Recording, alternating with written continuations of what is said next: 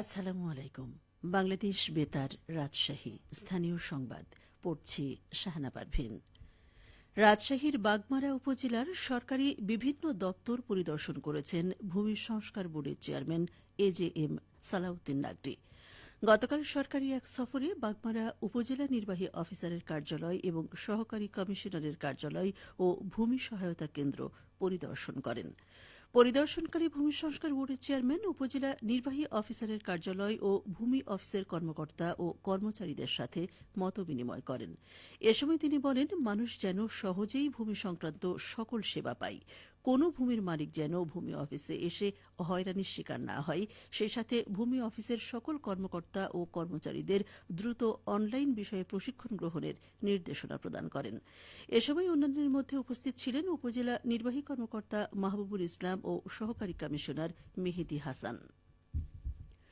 নওগাঁ জেলায় ৪ শতাধিক মেয়াদোত্তীর্ণ বাস ও ট্রাক অপসারণের পদক্ষেপ নিচ্ছে বিআরটিএ। এজন্য শিগগিরই টাস্কফোর্স কমিটি অভিযান পরিচালনা করবে বলে জানানো হয়েছে। নওগাঁ বিআরটিএ অফিস জানায়, জেলায় প্রায় ২,০০০ সাধারণ যাত্রীবাহী বাস ও পণ্যবাহী ট্রাক রয়েছে। এর মধ্যে ২৫ বছরের ঊর্ধ্বে ১৮৯টি পণ্যবাহী ট্রাক ও ২০ বছরের ঊর্ধ্বে ২২৪টি যাত্রীবাহী বাসের নম্বরের সন্ধান পাওয়া গেছে। মেয়াদোত্তীর্ণ এ মোটরযানগুলো একদিকে যেমন পরিবেশের জন্য ক্ষতিকর, অন্যদিকে মানুষের জানমালের ঝুঁকিপূর্ণ। তাই সরকার এসব গাড়ি ডাম্পিং করার সিদ্ধান্ত নিয়েছে। অভিযান পরিচালনার জন্য জেলা প্রশাসক, পুলিশ সুপার, বিআরটিএ কর্মকর্তা, মোটরযান মালিক ও শ্রমিক সংগঠনের নেতৃবৃন্দের সমন্বয়ে টাস্কফোর্স কমিটি গঠন করা হয়েছে। বগুড়ার সারিয়াকান্দিতে বাংলাদেশ সেনাবাহিনী এবং পুলিশের যৌথ অভিযানে ২ জনকে ৩ মাস করে কারাদণ্ড প্রদান করা হয়েছে। গতকাল সারিয়াকান্দি উপজেলা নির্বাহী কর্মকর্তা শারিয়ার রহমান ভ্রাম্যমাণ আদালত পরিচালনা করে এ আদেশ দেন। এ সময় উপস্থিত ছিলেন বাংলাদেশ সেনাবাহিনীর সারিয়াকান্দি ক্যাম্পের লেফটেন্যান্ট সাব্বির হোসাইন।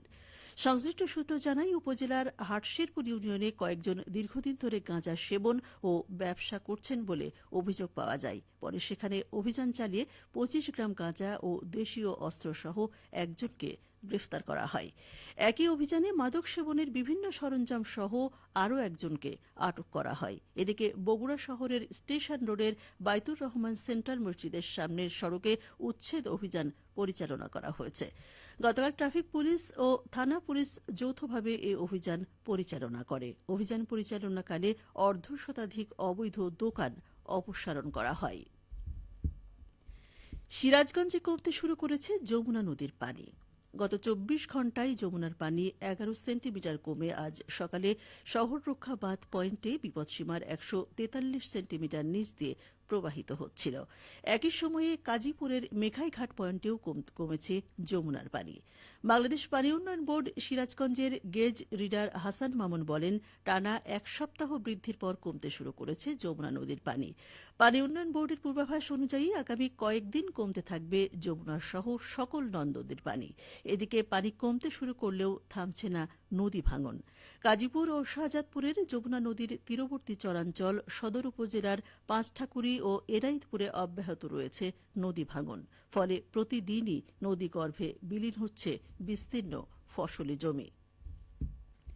নাটোরের সিংড়া উপজেলায় শিক্ষার্থীদের মাঝে বিনামূল্যে ফল ও ঔষধি গাছের চারা বিতরণ কার্যক্রম আজ থেকে শুরু হয়েছে। উপজেলার প্রায় ১০০ মাধ্যমিক এবং উচ্চ মাধ্যমিক পর্যায়ের শিক্ষা প্রতিষ্ঠানের ১,৫০০ শিক্ষার্থীকে ৪টি করে ঔষধি ও দেশীয় ফল গাছের চারা প্রদান করা হচ্ছে। প্রণোদনা কর্মসূচির আওতায় সিংড়া উপজেলার জন্য কৃষি মন্ত্রণালয় মোট ৬,০০০ চারা প্রদান করেছে। এর মধ্যে রয়েছে নিম, বেল, জাম এবং কাঁঠাল চারা। উপজেলা কৃষি অফিসার খন্দকার ফরিদ হাসান জানান, উপজেলা কৃষি অফিস থেকে তালিকাভুক্ত শিক্ষার্থীদের গাছের চারা প্রদান করা হচ্ছে। চারা প্রদানকালে গাছের যত্ন ও সংরক্ষণে শিক্ষার্থীদের প্রয়োজনীয় পরামর্শ প্রদান করা হচ্ছে।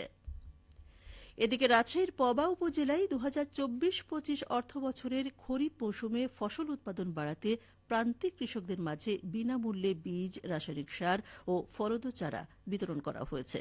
গতকাল উপজেলা পরিষদ চত্বরে কৃষি প্রণোদনা কর্মসূচির আওতায় এই বিতরণ কার্যক্রমের আয়োজন করে উপজেলা কৃষি অফিস।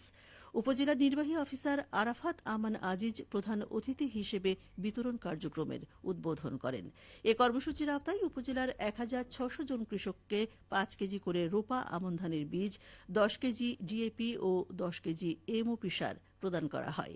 পাশাপাশি হাইব্রিড মরিচ ও শাকসবজি চাষে আগ্রহী কয়েকশো কৃষককে প্রয়োজনীয় বীজ, সার ও অন্যান্য উপকরণ বিতরণ করা হয়। পরিবেশ রক্ষার লক্ষ্যে আরও কয়েকশো কৃষকের মাঝে আম, নারিকেল ও তালের চারা বিতরণ করা হয়। সবশেষে আবহাওয়া। আজ দুপুর ১২টায় রাজশাহীতে তাপমাত্রা ছিল ৩২.৩ ডিগ্রি সেলসিয়াস। এ সময় বাতাসে আপেক্ষিক আর্দ্রতার পরিমাণ ছিল ৭২%। রাজশাহী ও পার্শ্ববর্তী এলাকায় আজ সূর্যাস্ত সন্ধে ৬টা ৫৮ মিনিটে। সংবাদ শেষ হল। আমাদের পরবর্তী সংবাদ দুপুর ২টা ৫ মিনিটে।